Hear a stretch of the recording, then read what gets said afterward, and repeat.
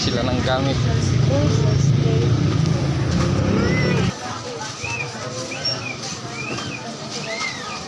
Daming tao.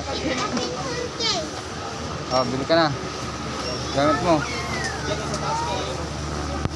May presyo naman eh. Tingnan mo natin.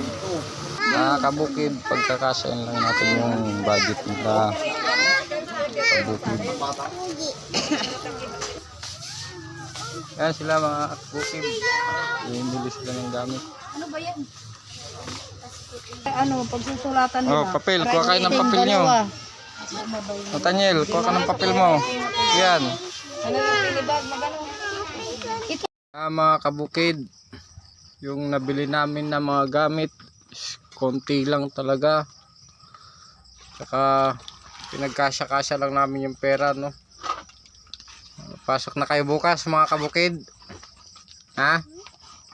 Ito yung bahay namin. Wala kaming ilaw mga kabukid. Pasensya na, no. Si Mrs.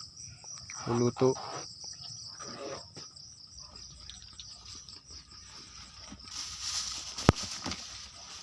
Okay na yung mga gamit nyo. Ready na.